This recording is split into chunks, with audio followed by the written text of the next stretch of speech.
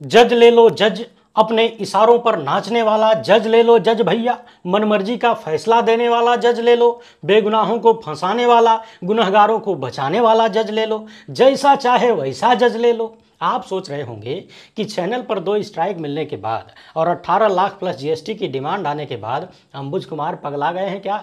जज बेचने निकल पड़े हैं क्या? जज कहीं इस तरह से बिकते और खरीदे जाते हैं?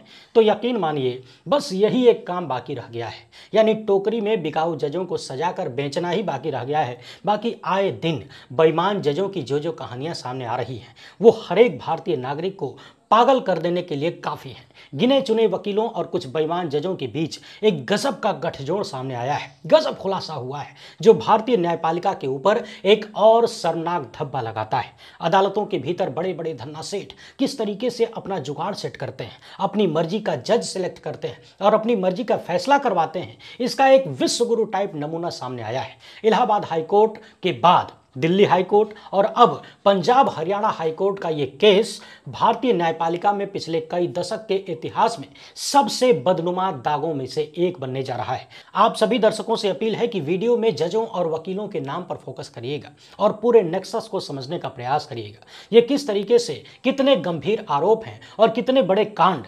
न्यायपालिका के भीतर हो रहे हैं। वीडियो को आखिर तक देखना जरूरी है, तभी पूरा मामला समझ में आएगा, तभी इस देश का भविष्य समझ में आएगा, न्यायपालिका का वर्तमान समझ में आएगा। आगे बढ़ने से पहले आप सभी से एक छोटी सी अपील है, पहली बार है तो चैनल को सब्सक्राइब करके घंटी बजा दीजिएगा टन से। हर एक वीडियो को लाइक और शेयर करना जरूरी होता है, तभी आपका ये चैनल मजबूत होगा। इसके अलावा आपको मालूम है कि हम किसी धन्ना सेठ या राजनीतिक दल के दम पर नहीं चलते, तभी उन मुद्दों पर खुल के बात हो पाती है जिन्हें छुपाने के लिए गोदी मीडिया को पैदा किया गया है। हमारा काम पसंद आता हो तो इस क्यूआर कोड या फिर मोबाइल नंबर का प्रयोग करते हुए जो भी हो सके आर्थिक सहयोग भेजने का प्रयास जरूर करें। इसके अलावा डिस्क्रिप्शन बॉक्स में हमने व्हाट्सएप, टेलीग्राम और ट्विटर का लिंक दे रखा है, जल्द से जल्द वहां जुड़ जाइए क्योंकि अमृतकाल चल रहा है, कुछ कहा नहीं जा सकता कब कहां क्या हो जाए।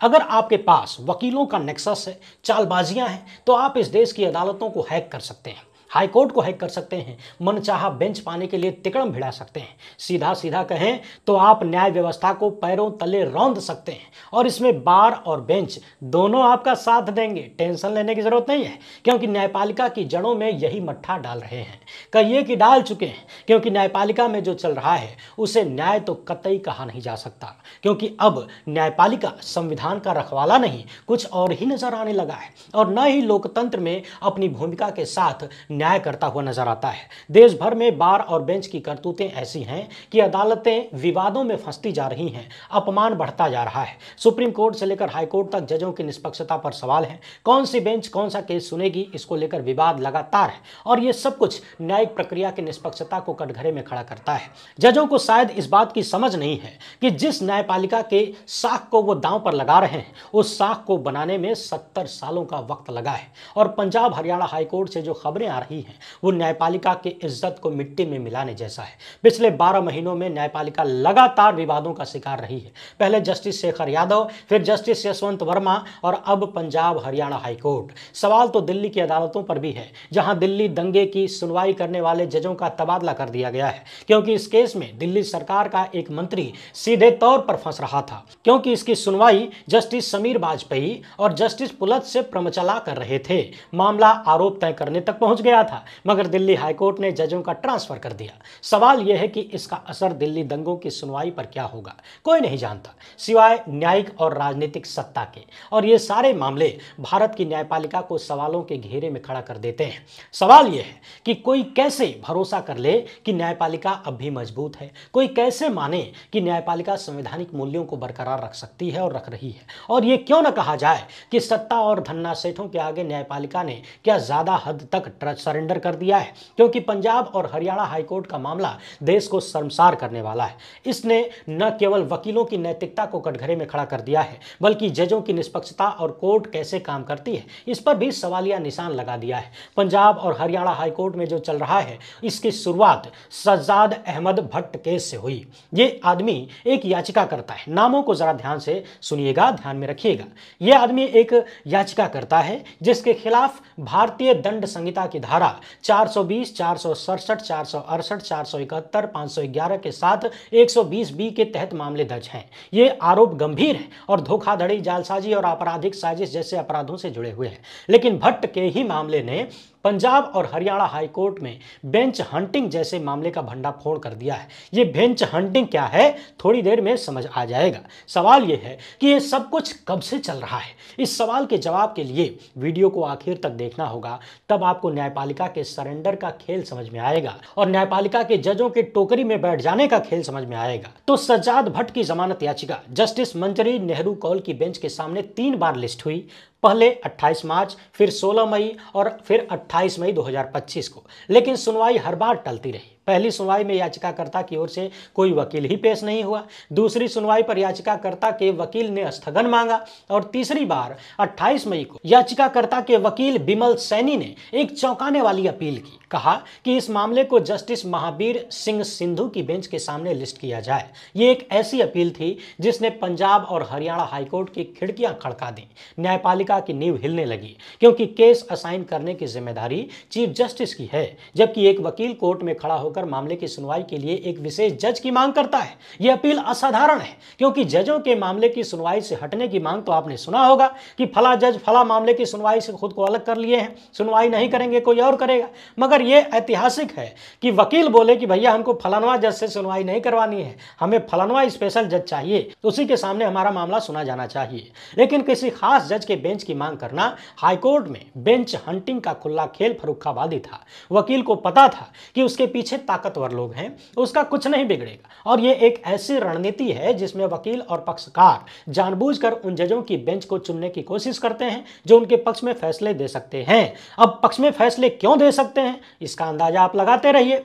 टोकरी को याद करिए। सज्जाद भट्ट के वकील की अपील को जस्टिस मंजरी कौल ने गंभीरता से लिया और मामले को चीफ जस्टिस सील नागू के पास भेज दिया, ताकि केस को सही बेंच के सामने लिस्ट करने का फैसला हो सके। लेकिन इस केस की कहानी सिर्फ इतनी ही नहीं है। ये मामला सिर्फ सज्जाद अहमद भट्ट की जमानत से जुड़ा नहीं है, इसके पीछे एक बड़ा खेल है जो पंजाब और हरियाणा हाईकोर्ट में बेंच हंटिंग के बड़े खेल का भंडाफोड़ करता है और उन जजों की ईमानदारी और नैतिकता को कटघरे में खड़ा करता है जिनकी मांग वकील कर रहे हैं। दरअसल मई 2025 में चीफ जस्टिस सील नागू ने भ्रष्टाचार के एक मामले को जस्टिस महावीर सिंह सिंधु, इस नाम को ध्यान में रखिए, इनकी बेंच से वापस ले लिया था चीफ जस्टिस ने, जबकि इस केस में फैसला सुरक्षित हो चुका था।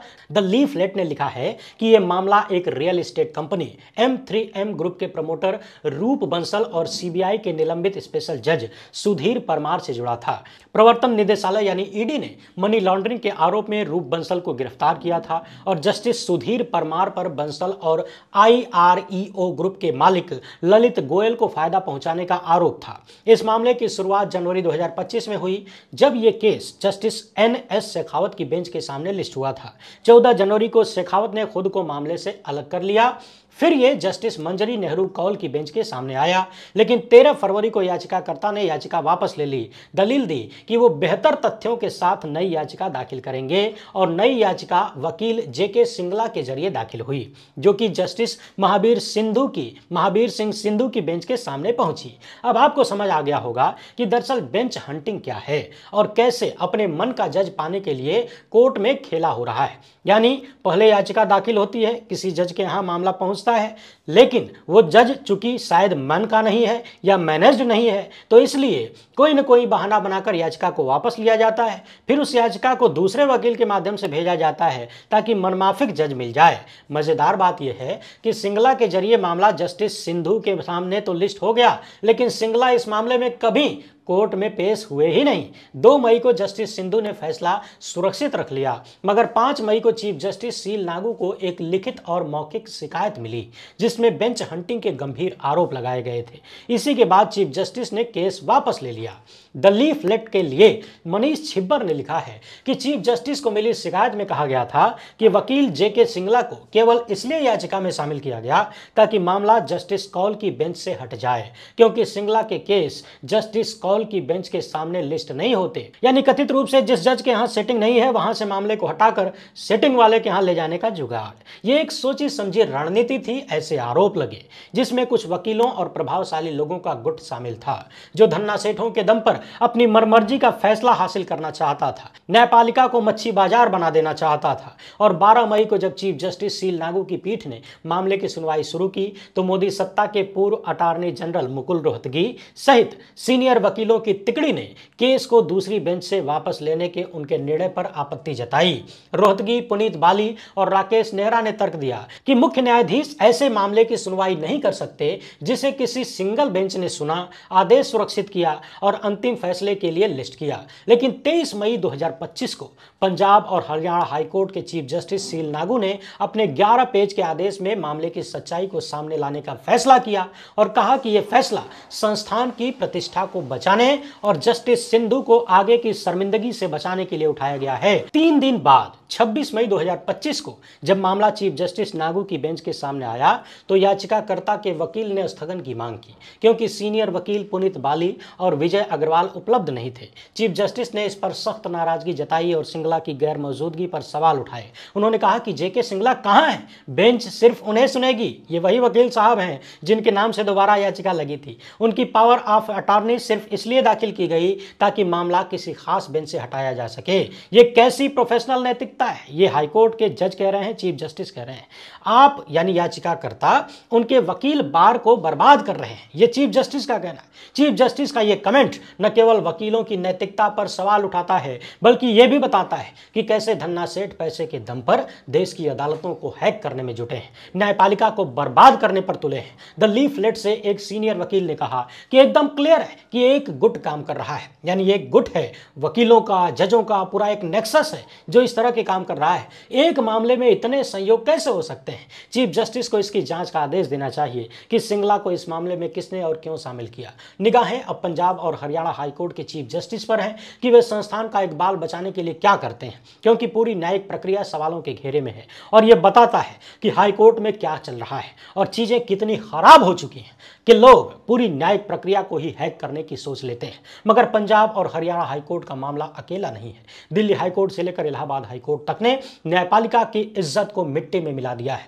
मार्च 2025 में दिल्ली हाईकोर्ट के जस्टिस यशवंत वर्मा के सरकारी मकान में आग लगने की घटना के बाद स्टोर रूम से अजले नोटों की गड्डियां मिली। फायर ब्रिगेड ने आग तो बुझा दी लेकिन मामला सोशल मीडिया पर आग से भी तेज फैल गया और न्यायपालिका में भ्रष्टाचार का मामला सबकी जबान पर आ गया। उसे न तो सबूतों की जरूरत पड़ी और न ही किसी गवाही की, मगर जस्टिस वर्मा का दावा था कि उनके खिलाफ साजिश रची जा रही है और सुप्रीम कोर्ट द्वारा नियुक्त इन हाउस कमेटी ने जांच की तो मिलाड के दावों और सबूतों में कोई तालमेल नहीं था। इसी बीच सुप्रीम कोर्ट में एक याचिका दायर हुई कि दिल्ली पुलिस को जस्टिस वर्मा के खिलाफ एफआईआर दर्ज करने का निर्देश दिया जाए, लेकिन कोर्ट ने इस पर तत्काल कार्रवाई करने से इनकार कर दिया और मोदी सत्ता ने सुप्रीम कोर्ट कॉलेजियम की सिफारिश पर जस्टिस वर्मा का ट्रांसफर दिल्ली हाईकोर्ट से इलाहाबाद हाईकोर्ट करने का फैसला मंजूर कर लिया। कहा तो यह भी जा रहा है कि सरकार संसद के मानसून सत्र में जस्टिस वर्मा के खिलाफ महाभियोग प्रस्ताव लाने की तैयारी कर रही है, लेकिन इस देश में अभी तक किसी जज के खिलाफ महाभियोग प्रस्ताव पास नहीं हो पाया है।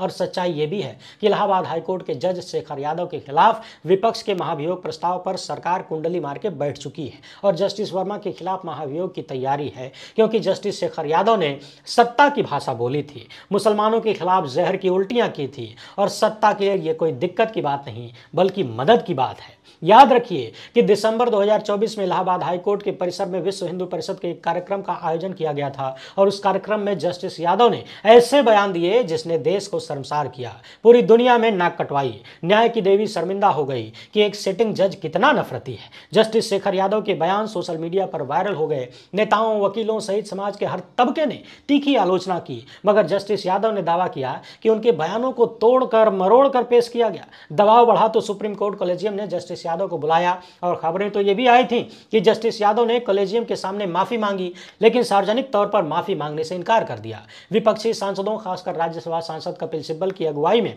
55 सांसदों ने राज्यसभा के सेक्रेटरी जनरल को जस्टिस यादव के खिलाफ महाभियोग का नोटिस सौंपा। मजेदार बात यह है कि कोर्ट भी जस्टिस यादव के खिलाफ कार्रवाई के लिए संसद की ओर देख रहा है और संसद में उस पार्टी का बहुमत है जिसका एक मुख्यमंत्री खुले तौर पर जस्टिस यादव के नफरती बयानों का समर्थन करता है। सवाल यह है कि जब मानसून सत्र में जस्टिस वर्मा के खिलाफ मोदी सत्ता महाभियोग प्रस्ताव लाएगी तो विपक्ष क्या करेगा? क्या वो जस्टिस शेखर यादव के मामले में समझौता कर लेगा या जस्टिस वर्मा के साथ जस्टिस यादव के महाभियोग पर भी फैसले के लिए मोदी सत्ता को मजबूर करेगा, क्योंकि जजों का भ्रष्ट होना तो एक बात है, लेकिन नैतिक तौर पर भ्रष्ट हो जाना, न्यायपालिका का खत्म हो जाना है, न्याय से भरोसा उठ जाना है। याद रखिए कि उपराष्ट्रपति जगदीप धनखड़ ने साफ तौर पर कहा था कि महाभियोग की प्रक्रिया संवैधानिक रूप से संसद के अधीन है। इसलिए सवाल है कि जब जस्टिस वर्मा के खिलाफ महाभियोग आएगा तो जस्टिस यादव का क्या होगा। और किसी भी जज को हटाने के लिए सदन में सरकार के पास 2/3 बहुमत होना चाहिए। तो क्या विपक्ष के बिना सरकार बहुमत जुटा लेगी?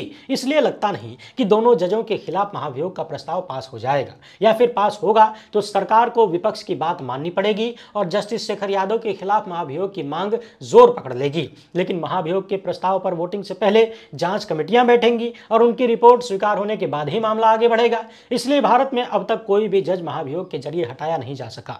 लेकिन पंजाब और हरियाणा हाईकोर्ट में bench hunting, justice Yashwant Verma पर भ्रष्टाचार के आरोप और जस्टिस शेखर यादव के विवादित नफरती बयानों ने न्यायपालिका की साख को संकट में डाल दिया है। पंजाब और हरियाणा हाईकोर्ट का मामला धन्ना सेठों और प्रभावशाली वकीलों के एक ऐसे नेक्सस का पर्दाफाश करता है जो न्यायपालिका को अपनी जेब में रख लेना चाहता है, सबको गुलाम बना लेना चाहता है। जेके सिंगला जैसे वकीलों की भूमिका और उनकी गैर मौजूदगी ये सवाल उठाती है कि क्या कुछ वकील और पक्षकार इस देश के संविधान को रौंद देंगे। जस्टिस यशवंत वर्मा के केस के बाद ही सुप्रीम कोर्ट के चीफ जस्टिस ने कहा था कि जज अपनी संपत्ति की घोषणा करेंगे, यानी चीफ जस्टिस को लगा कि जजों की ईमानदारी को लेकर सवाल है, वरना जनता भी ये समझने लग जाएगी कि न्यायपालिका भी सत्ता और पैसे के आगे सरेंडर करती है। जस्टिस यादव के बयानों से यह भी सवाल उठता है कि क्या जज अब भी संवैधानिक मूल्यों के प्रति निष्ठावान हैं या वे सत्ता के टूलकिट बनकर रह गए हैं जो उनके इशारे पर काम करते हैं। और सुप्रीम कोर्ट को यह तय करना होगा कि न्यायपालिका की साख बनी रहे। याद रखिए कि जस्टिस अभय एस ओक ने अपने रिटायरमेंट भाषण में कहा था कि भारत में न्यायपालिका बहुत ही मुश्किल समय से गुजर रही है, उसकी क्रेडिबिलिटी सवालों के घेरे में है, तमाम लोग न्यायिक प्रणाली पर सवाल उठा रहे हैं। तो जरूरत इस बात की नहीं है कि सवालों का एक एक करके जवाब दिया जाए, बल्कि जरूरत इस बात की है कि आलोचना का जवाब ठोस फैसलों से दिया जाए, बार और बेंच के सामूहिक प्रयासों से दिया जाए। यह सुप्रीम कोर्ट को तय करना होगा कि मजबूत फैसलों के जरिए वो अपने इकबाल को ठीक करे, क्योंकि न्यायपालिका की आलोचना का जवाब सिर्फ बेहतर परफॉर्मेंस के जरिए ही दिया जा सकता है। और ऐसा नहीं होता है तो वो दिन दूर नहीं जब लोग न्यायपालिका को संविधान का रक्षक नहीं बल्कि सत्ता और धन्ना सेठों का गुलाम बताने लगेंगे। सवाल यह है कि क्या सुप्रीम कोर्ट इस संकट को संभाल पाएगा, क्योंकि पिछले 12 महीनों में न्यायपालिका एक के बाद एक नए विवादों में उलझी है। जरूरत दूध का दूध पानी का पानी करने की है, क्योंकि सवाल हर उस भारतीय के मन में है जो संविधान और लोकतंत्र में विश्वास रखता है। इस मामले पर आप दर्शक क्या सोचते हैं, कमेंट बॉक्स में जरूर लिखिएगा। फिलहाल इतना ही। हमसे जुड़ने के लिए बहुत बहुत धन्यवाद।